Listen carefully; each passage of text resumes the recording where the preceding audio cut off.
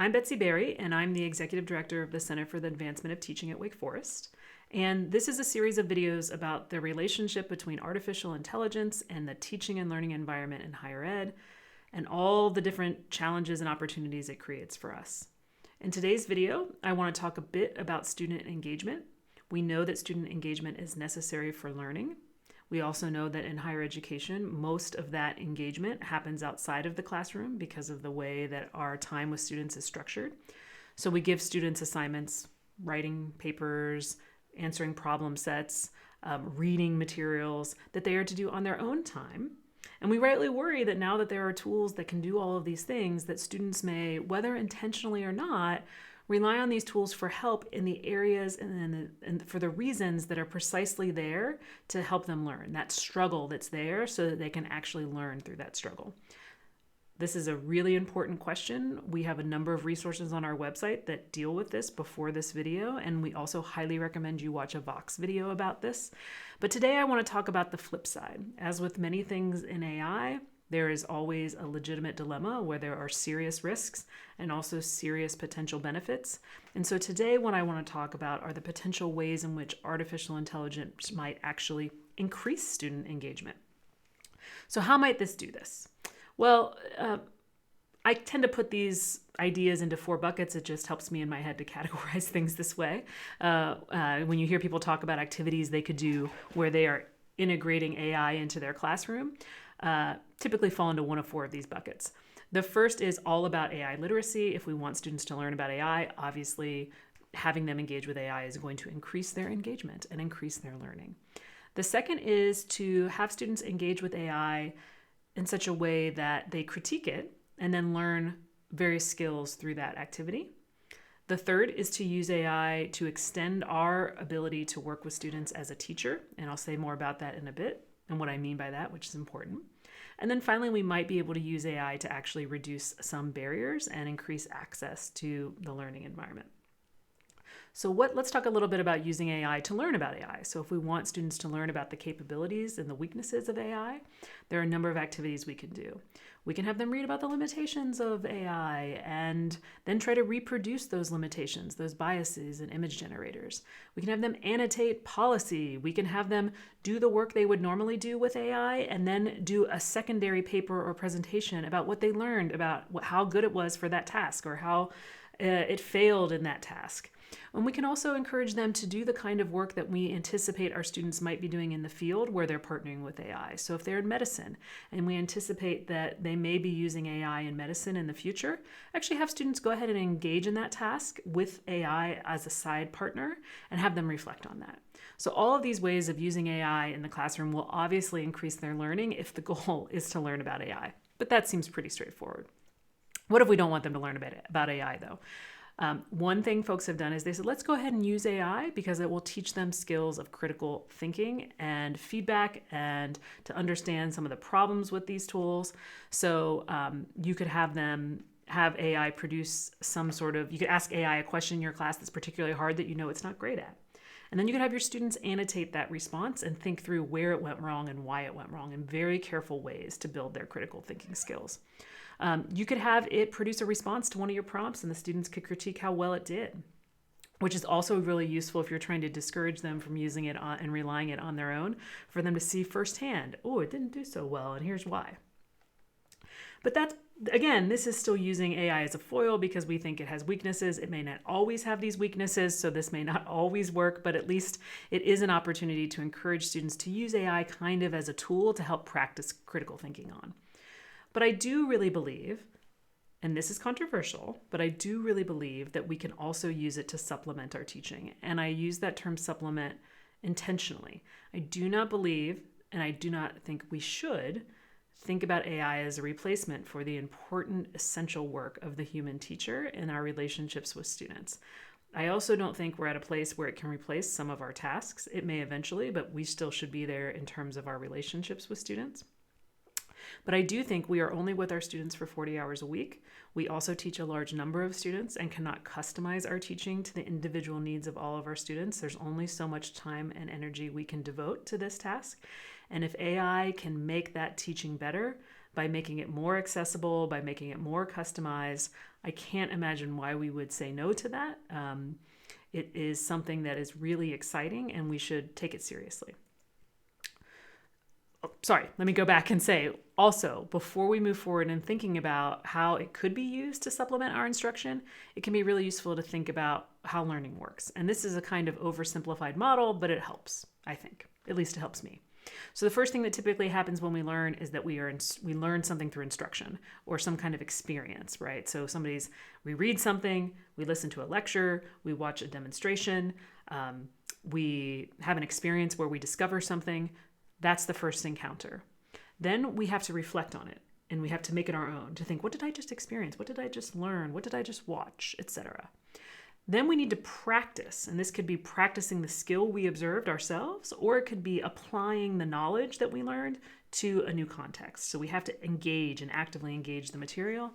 And then ideally, we get feedback. You didn't really understand that well based on the way that you applied this. That skill is kind of getting there, but here's a way you're misunderstanding how the problem set works, right?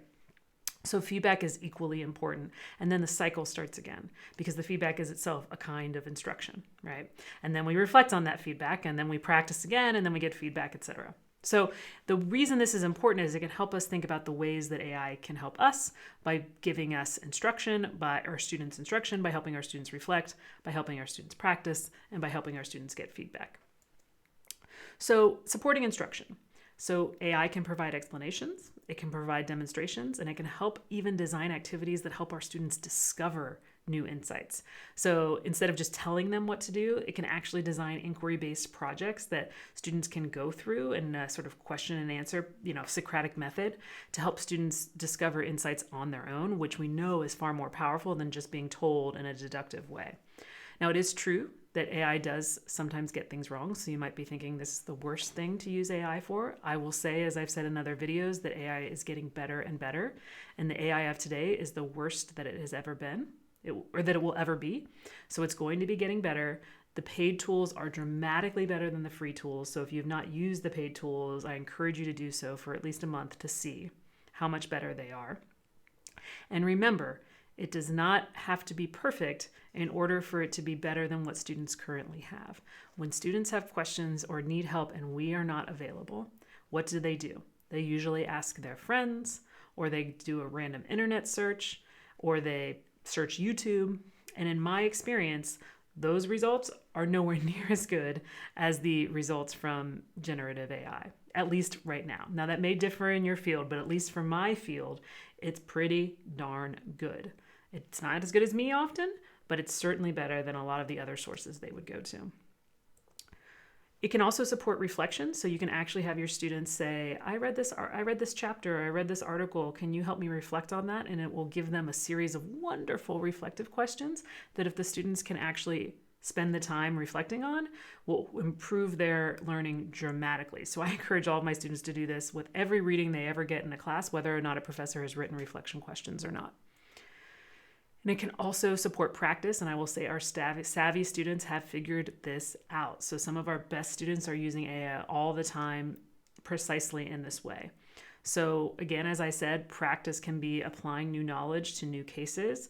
One of the hardest parts of getting practice with that is you just don't have a lot of different kinds of cases. And so AI can produce an infinite number of cases for students to practice applying their knowledge.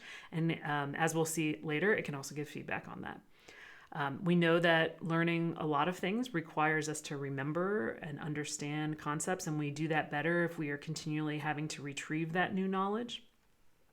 And so AI is great at creating flashcards and helping students practice that retrieval process that sort of keeps it in their brain, right? That solidifies that knowledge.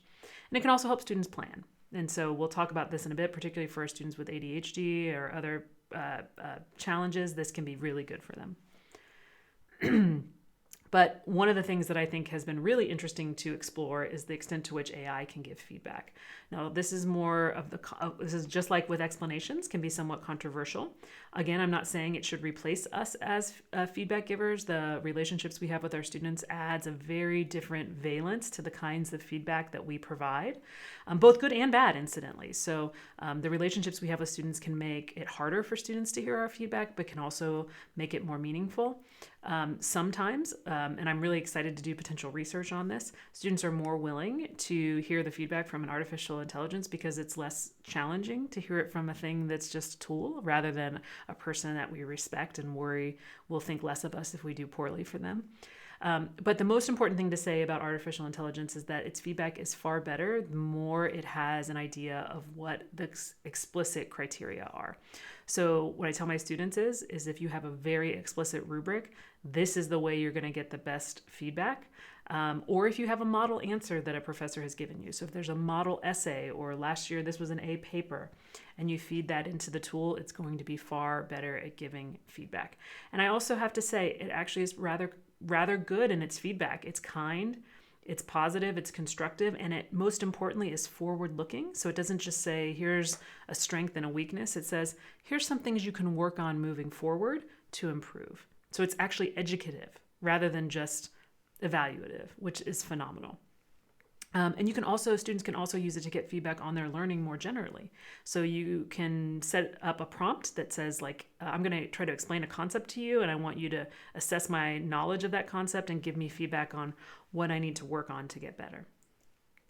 And then finally, AI can reduce barriers. There's a lot of ways it has and will continue to do this, but just a few. If students are first generation college students, we know that the unwritten rules of college are often opaque to them. And faculty often make assumptions that all students know those things. And so students can use AI to get clarity on vague instructions from professors. And this can be good for some of our students who may not automatically know those things. For students who struggle with time management and organization, wonderful ways in which AI can sort of outline a task and what steps they should take and how much time they should spend on it and what dates they should be due by.